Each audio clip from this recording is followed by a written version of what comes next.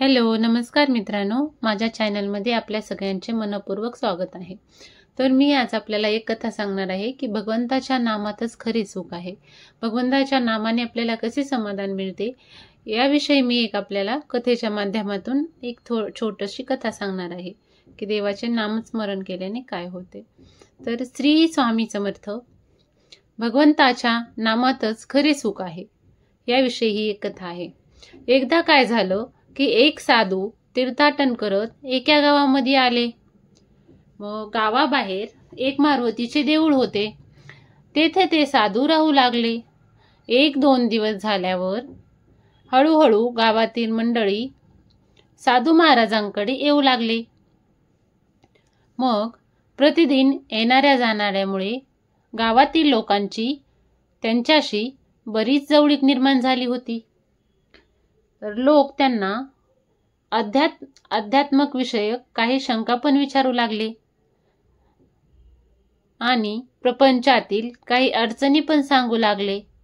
आणि ते साधू महाराज देखील त्या सर्वांना योग्य उत्तरे देऊन त्यांच्या प्रश्नांचे, त्यांच्या अडचणीचे समाधान करू लागले. मग काही वेळा काय झालं, काही वेळा ते एखाद्या विषयावर प्रवचनही करत असत, सगळ्यांना मार्गदर्शनही करत असत प्रवचन देऊन. मग एक दिवशी काय झालं की एके दिवशी गावातील मंडळी जमली होती. मग ती एके दिवशी सगळी गावातील मंडळी जमली असता साधू त्यांना म्हणाले, बाबांनो, प्रपंचामध्ये कधीच कोणाला पूर्ण सुख मिळाले नाही. असे ते साधू महाराज गावातील सगळ्या मंडळींना म्हणू लागले. म्हणून आहे त्या परिस्थितीत समाधान टिकवण्याचा प्रयत्न करावा. साधू महाराज म्हणले, प्रपंचामध्ये कधीच कोणाला पूर्ण सुख मिळाले नाही, म्हणून आहे त्या परिस्थितीमध्ये समाधान टिकवण्याचा सगळ्यांनी प्रयत्न केला पाहिजे, प्रयत्न करावा आणि भगवंताचे नाम घ्यावे. मग भगवंताचे निरपेक्ष सेवा करावी, भगवंताचे नाम घ्यावा असे साधू महाराजांनी सांगितले. यातच खरा आनंद आहे असे साधू म्हटले. त्यांचे हे बोलणे ऐकून 60 वर्षाचे एक गृहस्थ एकदम चिडून साधू महाराजांना म्हणाले, प्रपंचामध्ये समाधानी राहावे असे सांगायला काय जाते हो तुमचे? पण ते शक्य आहे का? माझंच बघा, माझा एक मुलगा 12 वर्षाचा आहे, त्याची अजून मुंज व्हायची आहे. आणि दुसरा मुलगा आहे, तो 18 वर्षाचा आहे, त्याचे शिक्षण अर्धवट झालेले आहे. सर्वात मोठी मुलगी आहे, तिला 20 वर्ष पूर्ण झाली, तरी तिचे लग्न जमत नाही. मग मुलाच्या काळजीने बायको खंगत चाललेली आहे. मग तिला औषध पाणी करावे लागते, तिची सेवा करावी लागते. या सर्वांसाठी माझी मिळकत अपुरी पडते.